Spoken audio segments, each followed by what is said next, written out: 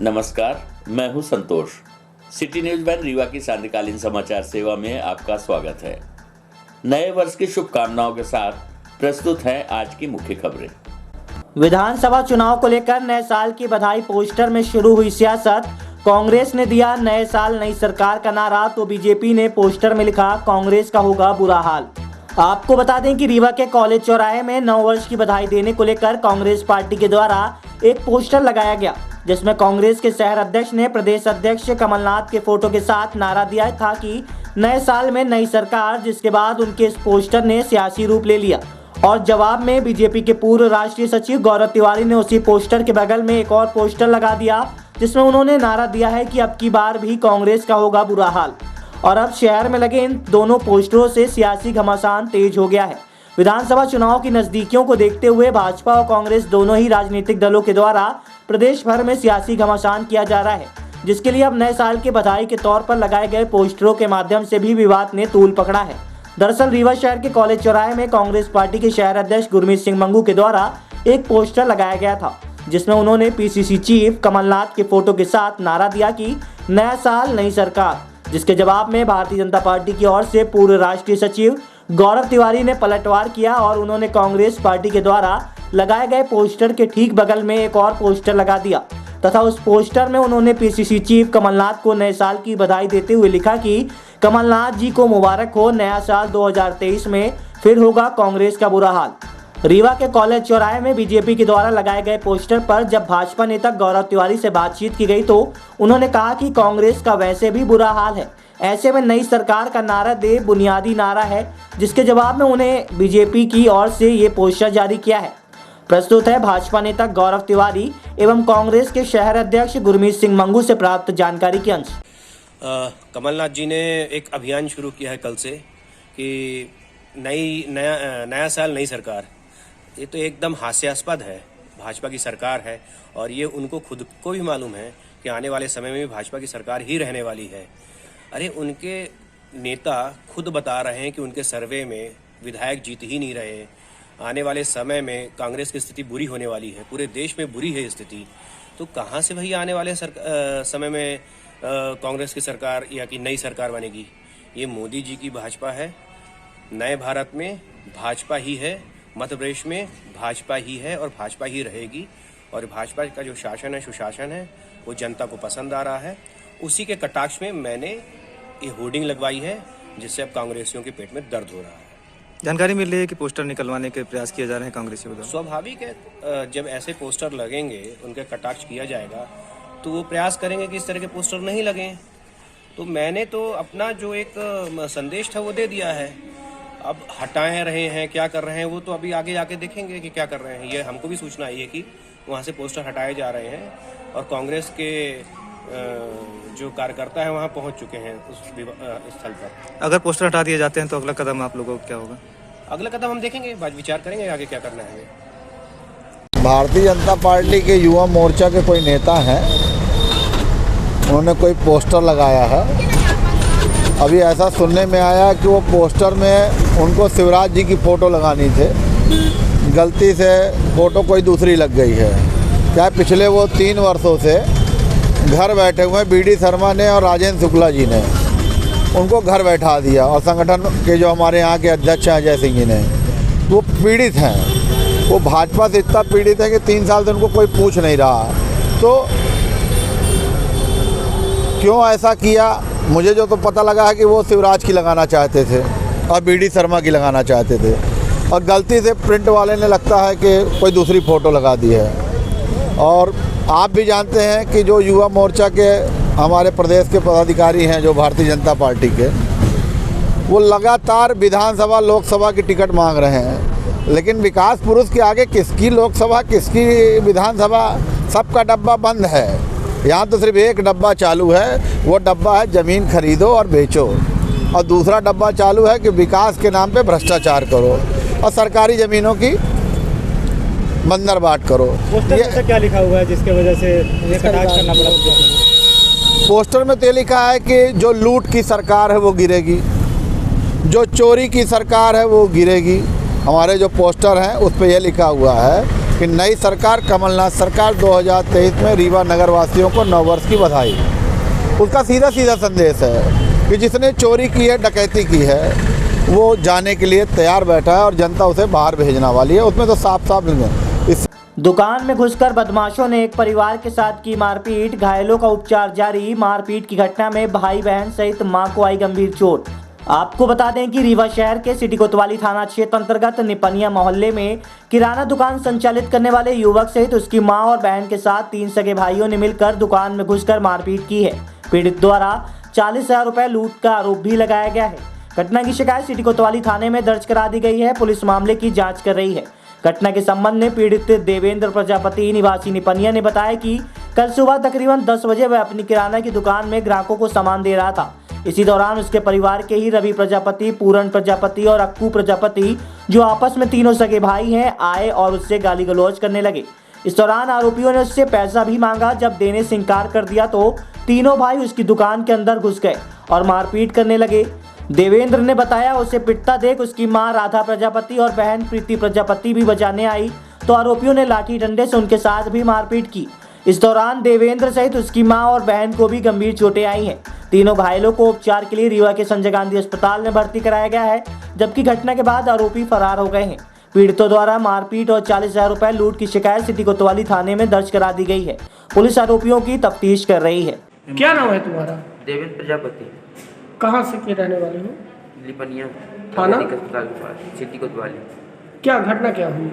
घटना ये हुई, हम किराने की दुकान में सामान दे रहे थे। उन लोग नशा करके आए, ज़बरदस्ती पैसा मांग रहे थे, नहीं दिए तो अंदर घुस गए और मारे, मेरे को मारे, मेरी मम्मी को मारे, मेरी दीदी को मारे। बोले कि और मारेंगे अभी, और पैसा ज़बरदस्ती निकाले हैं पैसा हमारा और निकाल के लेके चले गए। कितना लेकर? यही ले गए हैं 40-50 हज़ार रुपये ज़बरदस्ती। क्या नाम है तुम्हारी बहन का, मम्मी का? मेरी मम्मी का नाम है राधा प्रजापति और मेरी बहन का नाम है प्रीति प्रजापति और मेरा नाम है देवेंद्र प्रजापति। काहे से मारे हैं तुमको? वो रॉड से मारे हैं। कि कौन कौन आया था? रवि आया था, रवि प्रजापति, उसका भाई भूरा प्रजापति और उसका भाई अक्कू प्रजापति। हाँ। काहे को लेकर मारपीट किए तुम्हारे साथ? कुछ नहीं, ये नशा करके आए, ज़बरदस्ती पैसा मांग रहे थे, दुकान में घुस रहे थे, जीना झपटी। हाँ, पैसा निकाल के ले गए। कितनी देर की घटना है ये घटना है 10 बजे की। रात? नहीं, सुबह 10 बजे। आज सुबह 10 बजे। सिंधी चौराहे स्थित टेलर की दुकान में लगी भीषण आग। वीडियो आया सामने। फायर ब्रिगेड की मदद से पुलिस ने पाया आग पर काबू। लाखों के नुकसान की आशंका। आपको बता दें कि रीवा शहर के सिटी कोतवाली थाना क्षेत्र अंतर्गत सिंधी चौराहे के पास एक टेलरिंग शॉप की दुकान में भीषण आगजनी की घटना हो गई। मौके पर पहुंची दमकल व सिटी कोतवाली पुलिस ने स्थानीय लोगों की मदद से आग पर काबू पाया। इस दौरान 3 अन्य दुकानें भी आगजनी से प्रभावित हुई हैं। बताया गया है कि जिस स्थान पर यह घटना घटी है वह शहर के सबसे व्यस्तम और घना इलाका होने के साथ ही सकरा स्थान है। हालांकि आग पर समय रहते ही काबू पा लिया गया, नहीं तो एक बड़ा हादसा हो सकता था। आगजनी की इस घटना के दौरान दुकान संचालक का लाखों रुपए से ज्यादा का नुकसान हुआ है। घटना के संबंध में बताया जा रहा है कि बीती रात्रि करीब 11 बजे भारत टेलर शॉप की दुकान में भीषण आग लग गई थी। सूचना मिलते ही मौके पर स्थानीय लोग और दमकल की मदद से आग पर काबू पाया गया। जानकारी के मुताबिक आशीष नामदेव, जो टेलरिंग का काम करता है, वह रोजाना की तरह बीती रात दुकान बंद करके अपने घर चला गया था। इसी दौरान रात करीब 11 बजे उसकी दुकान में भीषण आग लग गई। देखते ही देखते स्थानीय लोग मौके पर पहुंच और दमकल से सिटी कोतवाली पुलिस की मदद से आग पर काबू पाया गया। वहीं इस घटना पर लाखों का नुकसान होना बताया जा रहा है। आग लगने से आसपास की दुकानों को भी नुकसान पहुंचा है। फिलहाल आग का कारण अज्ञात बना हुआ है। प्रस्तुत है प्राप्त जानकारी के अंश। क्या नाम है आपका? आशीष नामदेव। काय की शॉप की? सिलाई की। किस नाम से? RJ Taylor. कितने का आपका नुकसान हुआ? 2-3 लाख का नुकसान हुआ। पैसे भी रखे थे इसमें। कितने? 37,000। वो भी जल गए। जी। क्या नाम है आपका? विनोद कुमार नाम है। ये आग कैसे लगी? नहीं मालूम भैया, हमको 11:30 बजे सामने वाले फ़ोन किए कि आपकी दुकान में भैया आग लगी है। तो जैसे आए तो यहाँ लोग बुझा रहे थे अपने तरफ से। काहे की दुकान थी आप? सिलाई की, कपड़े सिलाई की। कितना नुकसान हो गया आपका? अब यहाँ 3 मशीनें थी हमारी। सिलाई मशीन 3 तो थी। एक गाहक की देखवाने के लिए मशीन आई थी, 2 इंटरलॉक थी, जहाँ के 10 जोड़ी कपड़े रहे बने, 10 जोड़ी बिगर बने रहे नए कपड़े। कल है नापे थे 2 जोड़ी कपड़ा। और यही पंखा प्रेस अभी कुछ अंदाज नहीं है। अंदाजन कितने का निकला? हाँ, कितने का हो गया? लाखों रुपए से ऊपर हुआ होगा। किस नाम से दुकान थी आप? विनोद कुमार नाम दे, भारत टेलर्स के नाम से दुकान है। रीवा ने छुआ सफलता का एक और शिखर, जिला चिकित्सालय को मिला नंबर 1 गुणवत्ता प्रमाण पत्र। कुशाभाऊ ठाकरे जिला अस्पताल को 95% अंकों के साथ मिला गुणवत्ता प्रमाण पत्र। कलेक्टर ने दी सभी को बधाई। आपको बता दें कि रीवा जिले के 2022 में कई उपलब्धियां हासिल हुई थी। साल के अंतिम कार्य दिवस पर जिले को बड़ी उपलब्धि हासिल हुई है। कुशाभाऊ ठाकरे जिला चिकित्सालय रीवा को 95% अंकों के साथ गुणवत्ता प्रमाण पत्र प्राप्त हुआ है। ये प्रमाण पत्र भारत सरकार के स्वास्थ्य एवं परिवार कल्याण मंत्रालय के NQS प्रोग्राम के तहत प्राप्त हुआ है। रीवा के अलावा प्रदेश के केवल 2 जिले अस्पतालों को ही ये गुणवत्ता प्रमाण पत्र मिला है। इसमें जिला अस्पताल नरसिंहपुर को 92% अंकों के साथ तथा जिला अस्पताल दमोह को 90% अंकों के साथ गुणवत्ता प्रमाण पत्र प्राप्त हुआ है। रीवा जिला अस्पताल केंद्र सरकार के स्वास्थ्य मंत्रालय द्वारा निर्धारित मानकों पर किए गए मूल्यांकन में प्रदेश में सर्वश्रेष्ठ जिला अस्पताल बना है। इस तरह से रीवा जिले में सफलता का नया शिखर चुना है। इस संबंध में कलेक्टर मनोज पुष्प ने बताया कि जिला चिकित्सालय रीवा में अधोसंरचना विकास तथा स्वास्थ्य सुविधाओं के लिए पिछले 3 वर्षों से लगातार प्रयास किए जा रहे थे। विभागीय बजट के अतिरिक्त खनिज मद से भी जिला अस्पताल में कई महत्वपूर्ण कार्य कराए गए। जिला अस्पताल में दी जा रही सेवाओं तथा सुविधाओं का भारत सरकार के स्वास्थ्य एवं परिवार कल्याण मंत्रालय की टीम द्वारा मूल्यांकन किया गया। अस्पताल में ICU बेडों की स्थिति, ब्लड बैंक के संचालन, पैथोलॉजी, दुर्घटना के बाद आपातकालीन सेवाएं देने तथा प्रसव की सुविधा का मूल्यांकन किया गया। जिला अस्पताल में SNCU, पोषण पुनर्वास केंद्र, ऑपरेशन थिएटर, फार्मेसी तथा रेडियोलॉजी सुविधाओं का भी मूल्यांकन किया गया। निर्धारित मानकों पर जिला चिकित्सालय को 95% अंक प्राप्त हुए हैं। इसके साथ जिला चिकित्सालय को प्रदेश में प्रथम स्थान प्राप्त हुआ है। कलेक्टर मनोज पुष्प ने मुख्य चिकित्सा एवं स्वास्थ्य अधिकारी doctor NN Mishra, civil surgeon KP Gupta, जिला अस्पताल तथा अस्पताल में कार्यरत डॉक्टरों तथा चिकित्सा कर्मियों एवं अन्य सेवाएं देने वाले व्यक्तियों को इस उपलब्धि में सहयोग देने के लिए बधाई दी है। प्रस्तुत है कलेक्टर मनोज पुष्प से प्राप्त जानकारी के अंश। NQBS सर्टिफिकेशन हेल्थ की सर्विसेज के लिए और जो इंफ्रास्ट्रक्चर डेवलपमेंट है, डिफरेंट क्लिनिकल फैसिलिटीज़ हैं, जो क्वालिटी है हमारे बेड्स के, OT के, और जो हमारा स्टाफ है उसका क्वालिटी कॉन्शसनेस कितना है, इन सभी पैरामीटर्स को लेके ये नेशनल लेवल एक्रेडिशन का एक मेथड है, जिससे कि हम ये देखते हैं कि हमारा अस्पताल बेहतर सुविधाएं देने के लिए कितना तैयार है और हमारे जो अस्पताल में डॉक्टर्स हैं, पैरामेडिकल स्टाफ हैं, वो कितना इसके लिए कॉन्शस है। अच्छी बात है कि जिला अस्पताल रीवा ने इसको प्राप्त किया है और बड़े अच्छे मार्क्स के साथ प्राप्त किया है। अभी जो 3 ज़िले के डिफरेंट अस्पताल विभिन्न ज़िलों के हुए हैं, उसमें रीवा जिला अस्पताल 95% मार्क्स लाके सबसे अच्छे नंबर के साथ इसको उसने सर्टिफिकेट को प्राप्त किया है। तो लगातार डॉक्टर्स और हमारे स्टाफ इसमें काम कर रहे थे। जो इंफ्रास्ट्रक्चर डेवलपमेंट है, इसमें भी लगातार काम हो रहा था। पिछले 2 सालों से हम लोगों ने इसके लिए प्रयास किया था। पिछले बार हम लोग इससे चूक गए थे कुछ सुविधाओं की कमी के कारण, लेकिन ये अच्छी बात है कि हमको ये सर्टिफिकेट प्राप्त हुआ है। अब हमारे लिए ये आवश्यक है कि हम जनता को बेहतर सुविधाएं प्रदान करें, क्योंकि जितने भी सर्टिफिकेशन होते हैं या जितने भी सुविधाएं होती है, उसका उद्देश्य यही है कि हम कितना बेहतर अपने ग्रामीण अंचल से आने वाले लोगों को इसकी सुविधाएं प्रदान कर सकें।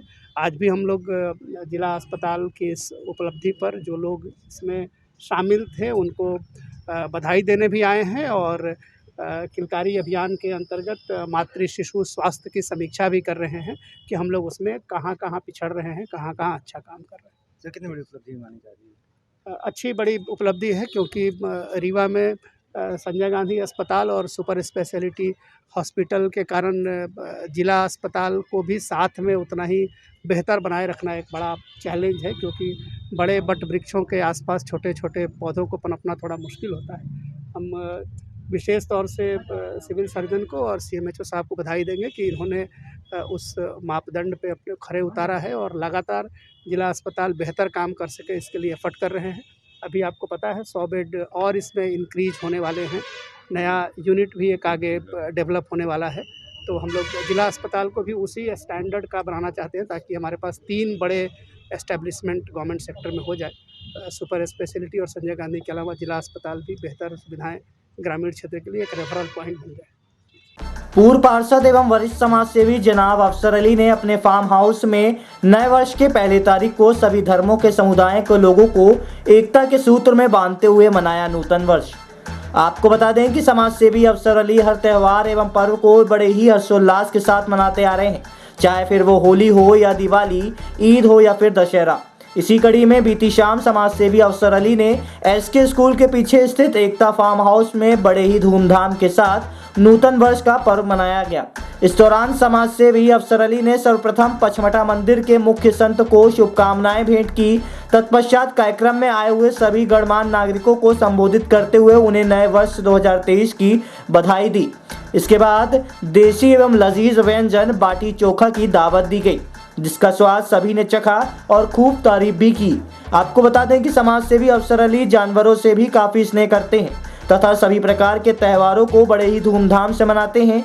वहीं समाज सेवा के प्रस्तुत है कार्यक्रम की एक झलक।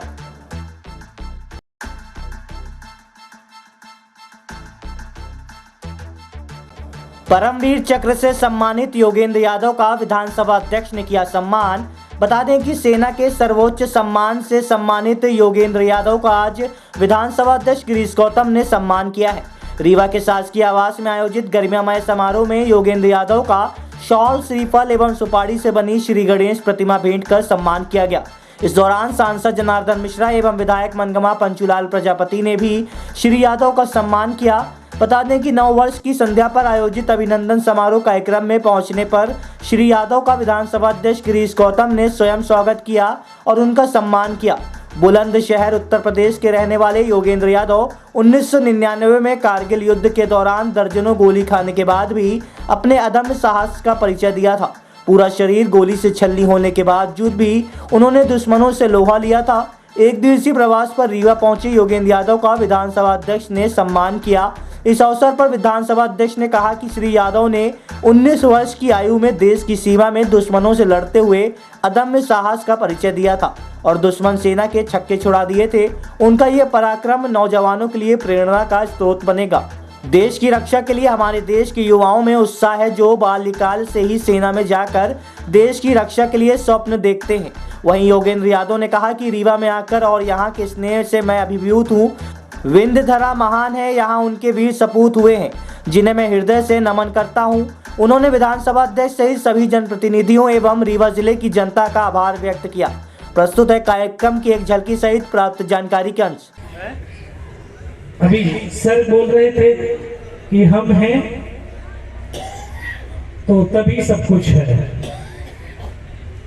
हम प्रेरणा के स्रोत हैं, सैनिक प्रेरणा के स्रोत हैं। सैनिक प्रेरणा के स्रोत हैं, लेकिन उससे भी बड़ी अगर कोई प्रेरणा के स्रोत है तो इस धरा की वो माएं हैं, जो माँ अपने कोख से ऐसे बेटे और बेटियों को पैदा करती हैं और उनको संस्कार स्वरूप कहती है कि सीने का दूध पिलाया है, सीने पर गोली खाना, कभी पीठ पर गोली नहीं खाना। तो इस देश के बेटे और बेटियां अपने माँ के वक्तव्य को सार्थक करने के लिए सीने पर गोलियां खाते, कभी पीठ पर गोली नहीं खाते। यही हमारे इस धरती के संस्कार, इस माओ जिन्हें परमवीर चक्र मिला और भारत के इतिहास में जिन्हें अपना नाम दर्ज किया कि सबसे कम उम्र में 19 साल। और हमारे सांसद जी ठीक कह रहे थे कि हम लोग अखबारों में पढ़ते हैं कि मरवा पराम, और जीवन तो प्रतिमूर्ति हमारे सामने योगेंद्र यादव के रूप में मौजूद है। इसलिए मैं आपका इन सब की ओर से और पूरे रीवा जिले की ओर से मध्य प्रदेश विधानसभा का अध्यक्ष होने के नाते मध्य प्रदेश की 8 करोड़ जनता की ओर से मध्य प्रदेश में रीवा में आपका स्वागत है। आज इस कार्यक्रम में उपस्थित हमारे सांसद भाई जनार्दन जी, हमारे विधायक पंचूलाल जी, हमारे भारतीय जनता पार्टी के जिलाध्यक्ष भाई अजय सिंह जी, और यहाँ पर सभी हमारे श्रेष्ठ वरिष्ठ कार्यकर्ता बंधुओं, हमारे साथियों, हम सबको पता है यदि आप हैं तभी हम हैं। हमारा फौजी जागता है तो हम सो पाते हैं। हमारे देश की सीमा की रक्षा करते हुए जब आप जागते हैं तो हम यहाँ चैन की नींद सोते हैं। और आपका ये पराक्रम हमारे नौजवानों के लिए प्रेरणा, एक स्रोत, एक पुंज है, उसी से प्रेरणा लेंगे। आज की खबरों में बस इतना ही। कल हम फिर मिलेंगे कुछ नई खबरों के साथ। तब तक के लिए हमें इजाजत दीजिए। नमस्कार।